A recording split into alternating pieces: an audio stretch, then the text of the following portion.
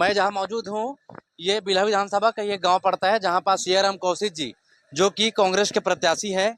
और पिछले बार इन्होंने कांग्रेस का ही खेल बिगाड़ दिया था, बीजेपी जीत कर आ गए थे, जो कि कांग्रेस में थे। इस बार कांग्रेस ने इन पर भरोसा किया है।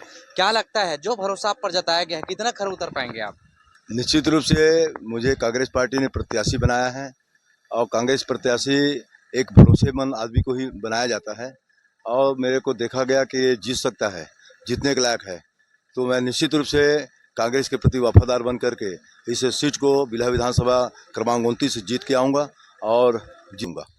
मैं जहां तक मुझे जानकारी है, छत्तीसगढ़ का ये पहला ऐसा विधानसभा होगा बिल्हा, जहां के जो गांव हैं, दो जिलों में बटा हुआ है। आधा मुंगेली में पड़ता है, आधा बिलासपुर में।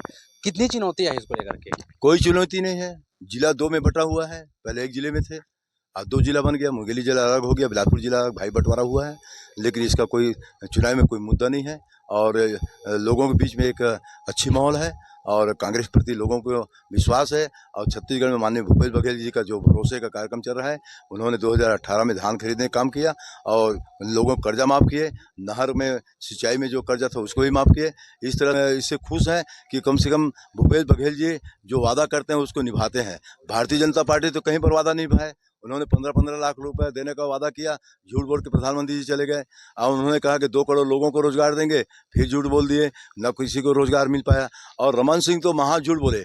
उन्होंने 15 साल तक के छत्तीसगढ़ में भारतीय जनता पार्टी की सरकार बना के रहा और 15 साल में छत्तीसगढ़ के किसानों की दुर्दशा बिगाड़ दिए। उनके कार्यकाल में किसान रो रहे थे, आत्महत्याएं हो रही थी, जहर खा रहे थे, आगजनी हो रहा था। और अब आज भूपेश बघेल की सरकार है, कहीं पर आत्महत्या नहीं हो रहा है। वो 21 रुपये क्विंटल देने का वादा किया, 300 बोनस देने का वादा किया, सब में झूठा निकले। वो सिर्फ कमीशन काम किए। पुलिस वालों को कहा करते थे कि आप लोग जूते को थाना में पटको तो अपराधी बंद हो जाएगा। ये पुलिस के ऊपर निगाह डाले हुए थे कि पुलिस अपराध को बढ़ाए और पैसा वसूली करे। इनके मुख्यमंत्री जी बोला करते थे कि आप लोग 1 साल के लिए भ्रष्टाचार बंद कर दो, हम सरकार में पुनः बैठेंगे। ये सोच सकते हैं रमन सिंह की कितने ओछी सोच है कि वो भ्रष्टाचारियों को कहता है कि 1 साल के लिए, मतलब टोटल ये कहा जाए कि भारतीय जनता पार्टी भ्रष्टाचार से मुक्त कभी नहीं हुआ है, ना होंगे। आप प्रचार में निकले हुए हैं, क्या मुद्दे हैं आपके पास? दुख में आ गया हूँ। सभी के छठी में, शादी में, मरनी में आना जाना करता हूँ। किसी के तहसील में काम होता है, किसी का अस्पताल में काम होता है, किसी के थाने में काम होता है। निस्वार्थ सेवा भाव से राजनीति करते आया हूँ। बीजेपी जो है पूरी ताकत झोंक दी है इस बार विधानसभा चुनाव को लेकर के। प्रधानमंत्री का लगातार छत्तीसगढ़ में दौरा चल रहा है। कल मुंगेली मनमोहन सिंह थे जिन्होंने लोगों को सेवा किया, मनरेगा चालू किए। अभी वर्तमान में जो प्रधानमंत्री भारत में है, वो प्रधानमंत्री सिर्फ झूठ बोलने वाला राजनीति करता है। वो 15 लाख लोग रुपये देने का वादा किया, झूठ बोल के चले गए। छत्तीसगढ़ में किसान कभी भारत सरकार को धान नहीं बेचता। छत्तीसगढ़ में यहाँ के मुख्यमंत्री चावल देता है उनको। लेकिन ये मुख्यमंत्री जब बिलासपुर का आगमन हुआ तो उन्होंने कहा कि हम धान खरीदते हैं करके। कितनी बड़ी झूठी बात बोलते हैं।